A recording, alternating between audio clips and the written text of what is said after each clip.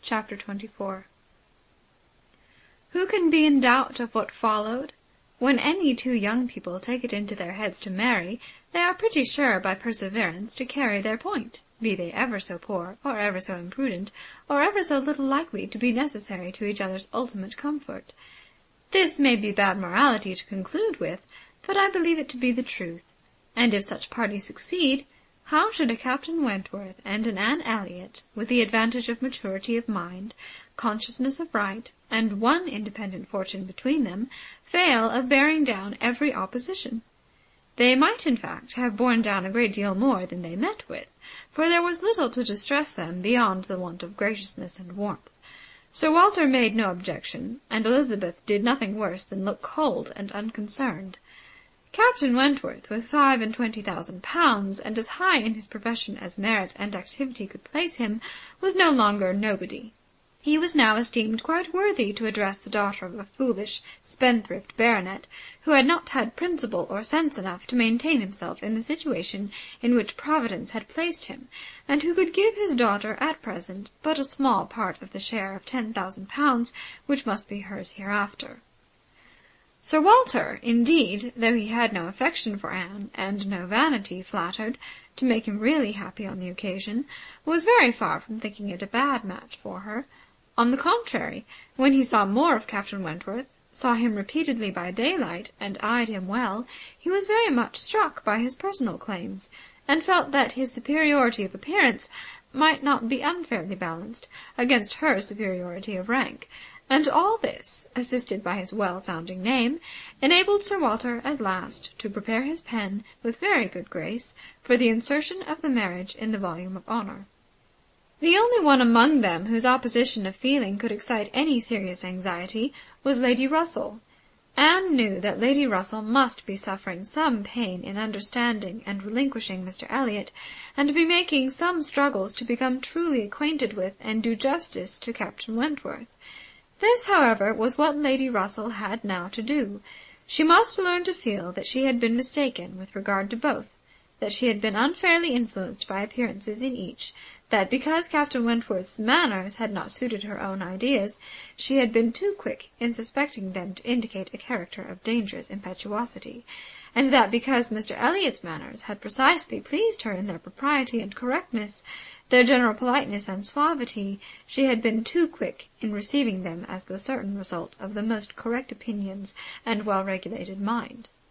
There was nothing less for Lady Russell to do than to admit that she had been pretty completely wrong, and to take up a new set of opinions and of hopes.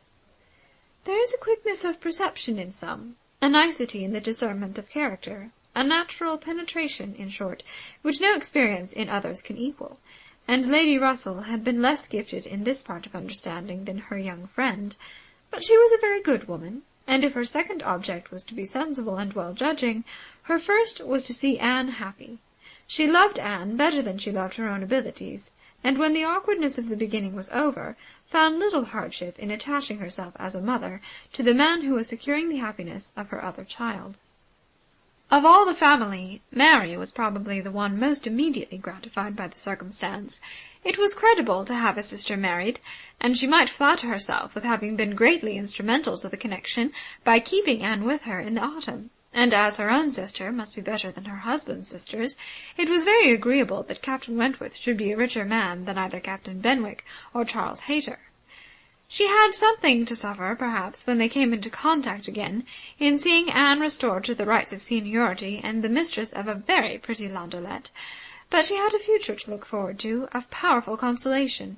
Anne had no Uppercross Hall before her, no landed estate, no headship of a family, and if they could but keep Captain Wentworth from being made a baronet, she would not change situations with Anne.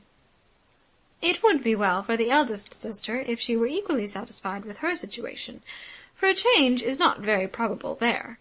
She had soon the mortification of seeing Mr. Elliot withdraw, and no one of proper condition has since presented himself to raise even the unfounded hopes which sunk with him. The news of his cousin Anne's engagement burst on Mr. Elliot most unexpectedly.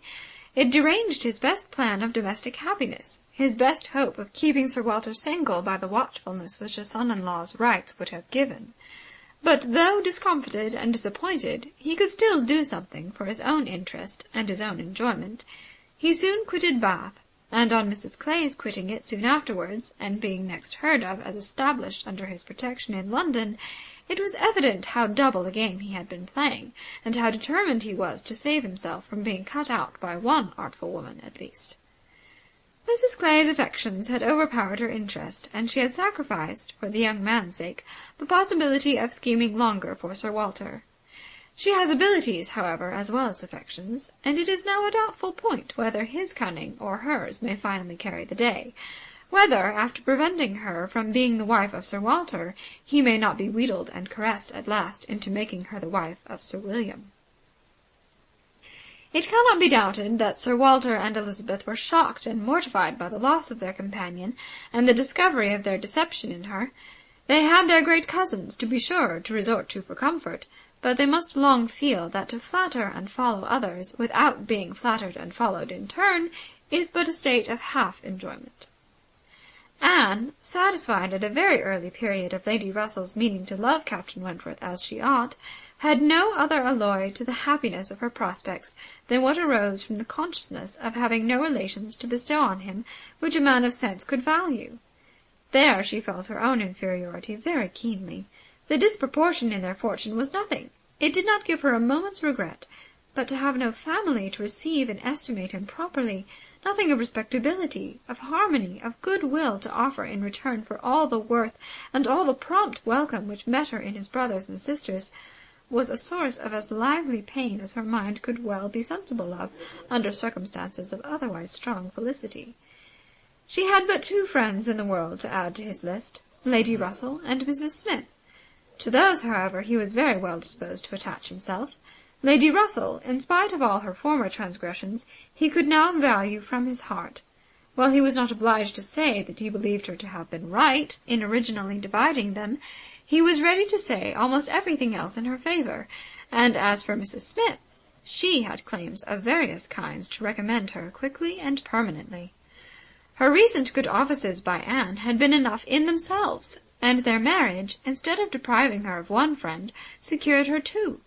She was their earliest visitor in their settled life, and Captain Wentworth, by putting her in the way of recovering her husband's property in the West Indies, by writing for her, acting for her, and seeing her through all the petty difficulties of the case with the activity and exertion of a fearless man and a determined friend, fully requited the services which she had rendered, or ever meant to render, to his wife.